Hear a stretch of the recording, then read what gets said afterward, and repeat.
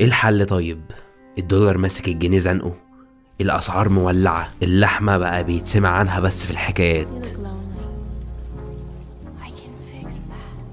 والبضايه بقت من الرفاهيات. الناس ما بقتش لاقيه تاكل ولا حتى ناتشوز.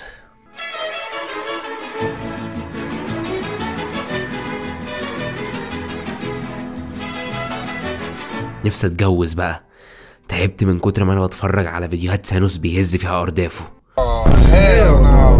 يا رب امتى اتجوز فتاة احلامي ونقضي الهانيمون في جزيرتي المفضله في المكسيك، وتصحيني كل يوم وهي بتقولي اوه. شكله مفيش امل، انا هخش انام. ده كنت انا، ودي كانت حالتي قبل ما اعرف الشخص اللي هنتكلم عنه في فيديو النهارده، لان كل ده على وشك انه ينتهي. وايوه يا رجاله، اخيرا حماده هيبقى على وضعه وهنتجوز.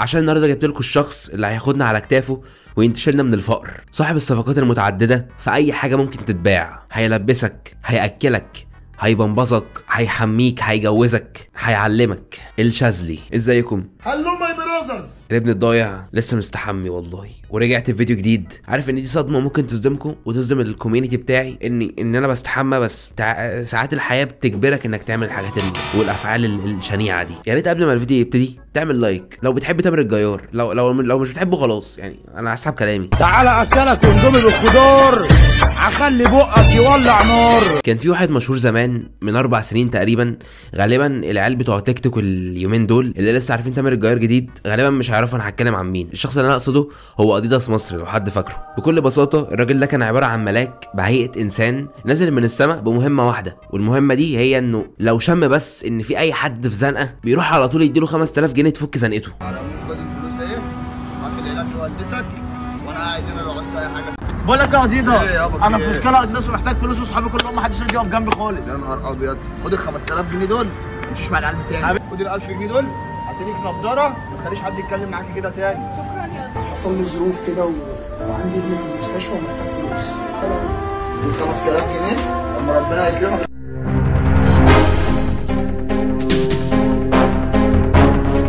ما تسألش ليه ال5 بالظبط، بس هو وقتها ال5 دول كانوا ممكن يحلوا اي ازمه، انما ال5000 الايام دي ممكن تعمل بيها حاجات كتير.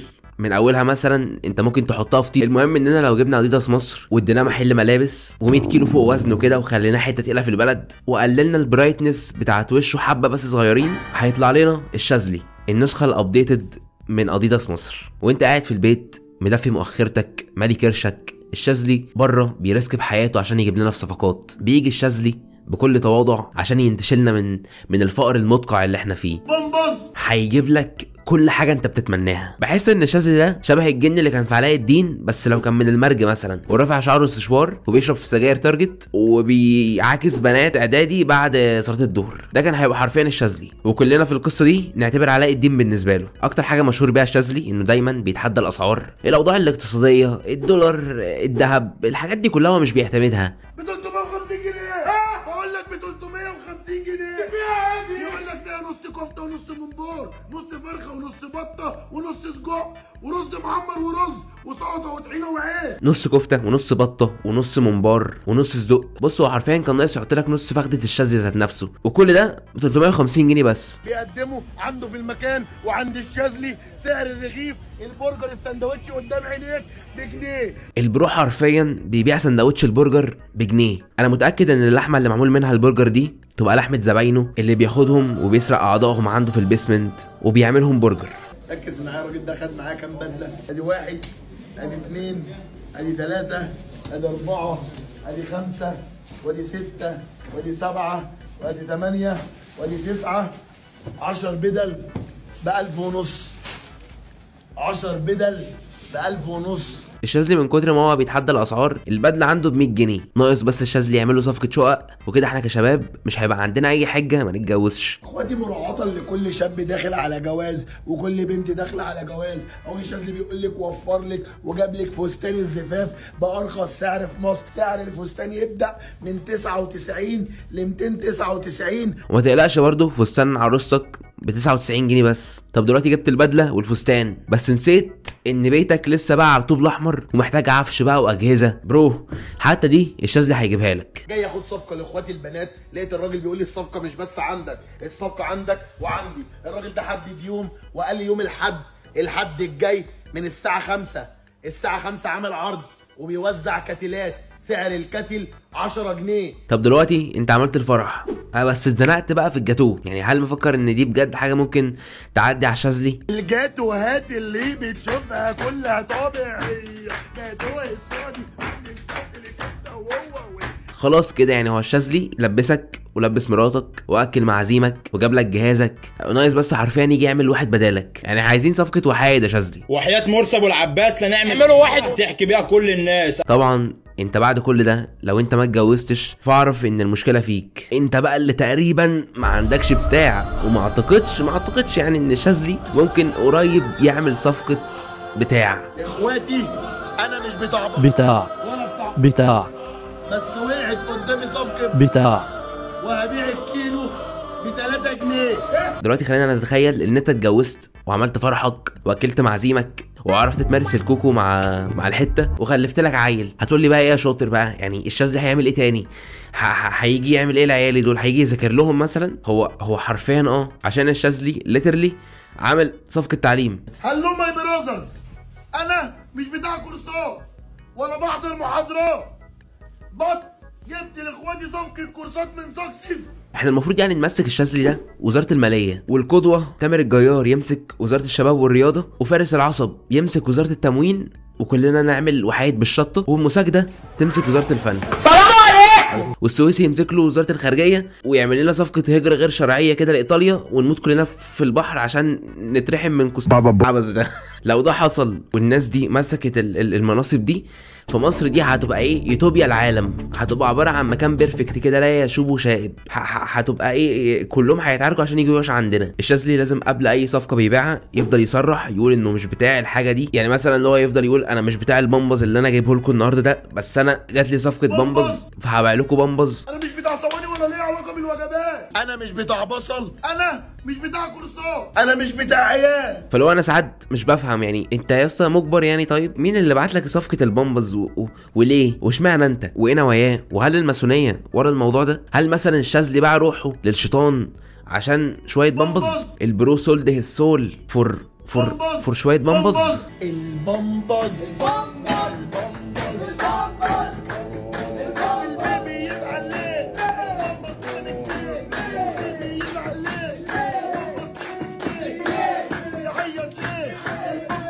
من كتر ما الشاذلي تقريبا تاجر في كل حاجه ممكن يتاجر فيها، البرو دلوقتي بيتاجر في البشر. اخواتي انا مش مطرب ولا ليا علاقه بالغنى، بس وقعت قدامي صفقه مغنيين وقلت اسمع لكم صوتهم. اسمع واحكم، سمعهم. ما شفتش ولا حرفين الاتنين بس نفسكين. Estoy hasta la puta madre banda tantos pinches idiomas. اخواتي انا مش بتاع مطربين، كلاكيت تاني مره بس جات لي صفقه مطربين هعرضها عليكم وشوفوا رايكم ايه.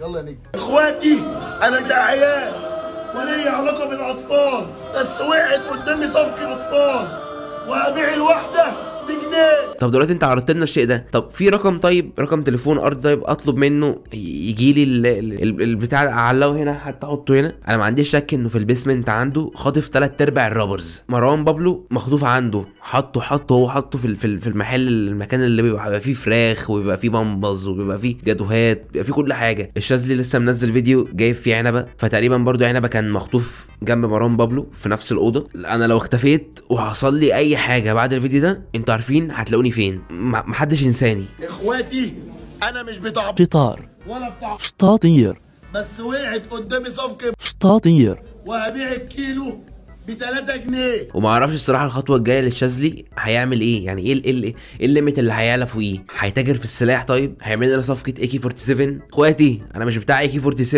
بس النهارده جاي لكم معايا AK47 عشان تموت جارك المزعج ابن البابا ده اللي مشغل لك اغاني زياد زازا في رحلتي في صناعه الفيديو ده كنت بشوف فيديوهات للشاذلي بيكون بس عارفين بيصور ناس مدخلهم في مكان ما، دول رايحين فين؟ وليه الناس دي كلها؟ هل دول بجد معقول رايحين يشتروا هدوم كلهم؟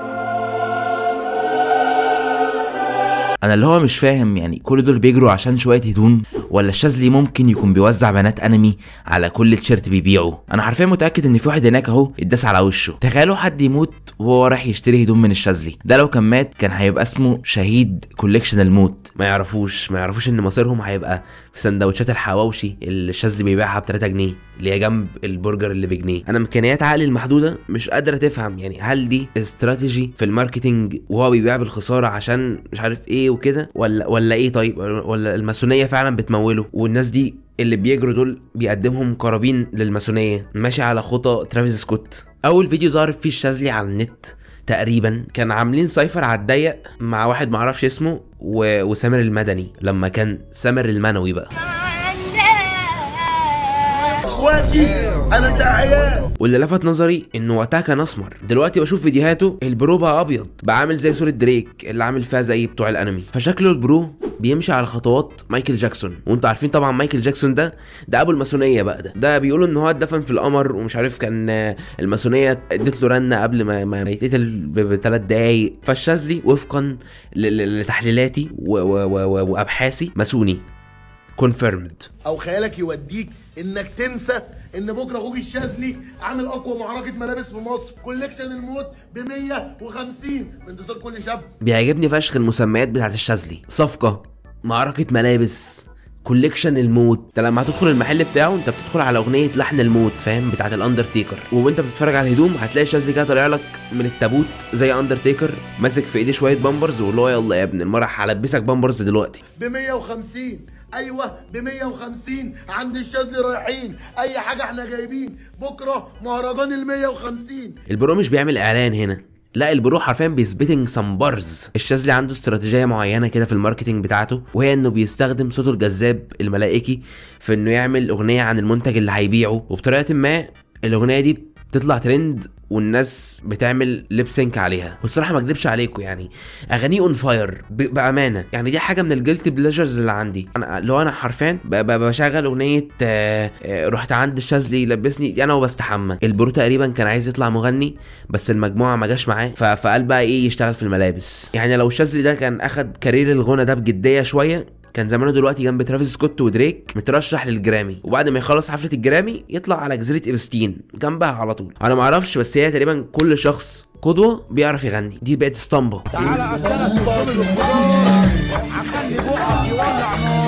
المصور بتاع الشاذلي ده انا بحس عنده فرط حركه، وانا مش بحس، هو اكيد عنده فرط حركه.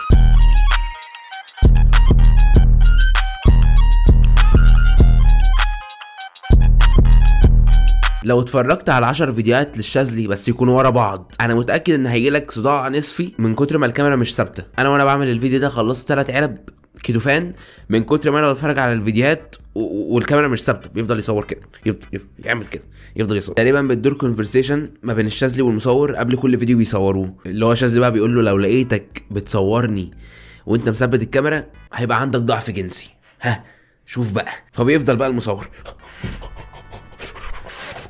وعلى فكره مش المصور بس بتاع الشاذلي اللي عنده فرط حركه، لا ده تقريبا مصورين 99% من بتوع الهدوم في مصر عندهم نفس فرط الحركه. في كومنتات بشوفها كتير فشخ متكرره عند الشاذلي، تقريبا اللي كاتب الكومنتات دي لو هم مش اكونتات فيك فهم شويه امبسيز ما عندهمش دماغ. ممكن صفقه براهات، ممكن صفقه اندرات، انا مش فاهم اللي هو ليه شايفين اصلا ان الشاذلي ممكن يتاجر في حاجه زي كده، اللي هو يعني هو شكله ده مثلا هيتاجر ليه في كلوتات او اندرات او مش هم شبه بعض، هم جايين لكايلي جينر مثلا، ده الشاذلي. وبجد من كتر الكومنت اللي متكرر عند الشاذلي ده بقى مطلب جمهوري خلاص، انك يا شاذلي لازم تعمل صفقه اندرات وبراهات. بامبز شكرا، برجر بجنيه شكرا، حواوشي ب3 جنيه شكرا، نص منبار نص فخده نص مش عارف ب3.5 جنيه شكرا، عايزين اندرات وبراهات. ممكن يومين كده ولا حاجه اصلا نلاقي الموضوع كبر بقى، وامريكا بقى ايه بتمضي على وقيعه انك يا شاذلي لازم تعمل صفقه اندرات وبراهات يا اما هتتحبس. عايزين اندرات وبراهات. جرب تفتح اي فيديو للشاذلي هتلاقي 3/4 الكومنتات عايزين اندرات وبراهات، والربع الاخير ضحك رغم انه لسه جايبهم.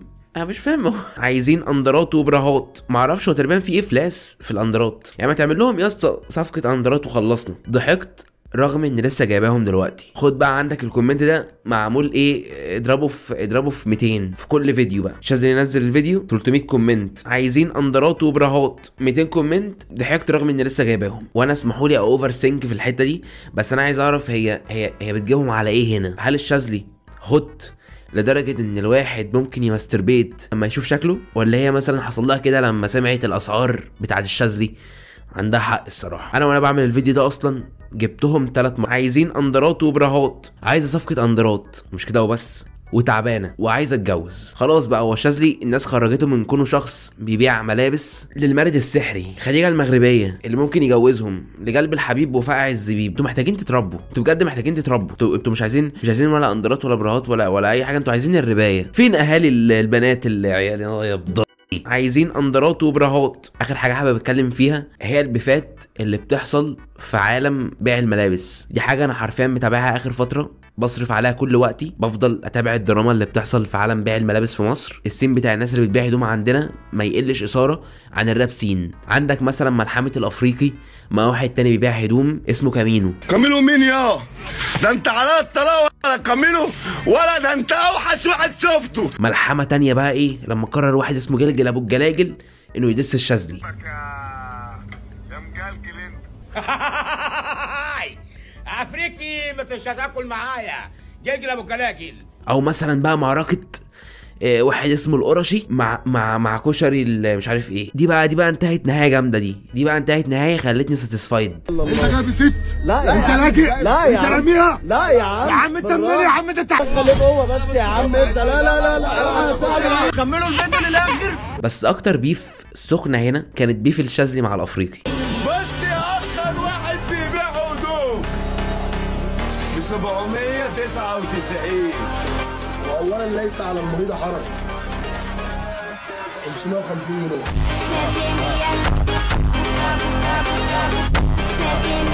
انا معرفش هي كملت ولا هم احترموا نفسهم ولا ايه اللي حصل، بس دي لو كانت كملت ما كناش هنعرف ايه توابعها. تخيل الافريقي ضد الشاذلي، معركه زي دي ممكن تولد طاقه تدمر مصر كليا. وبس كده يا رجاله، فيديو النهارده يكون خلص. لو عايزيني اعمل واحد مع زياد زازا اعملوا لايك، طبعا واحد اندومي ونترسو شط. لو بتحبوني اعملوا سبسكرايب، لو بتكرهوني تعالوا اشتموني على الانستجرام. عايزين اندرات وبراهات. اشوفكم الفيديو الجاي، سلام.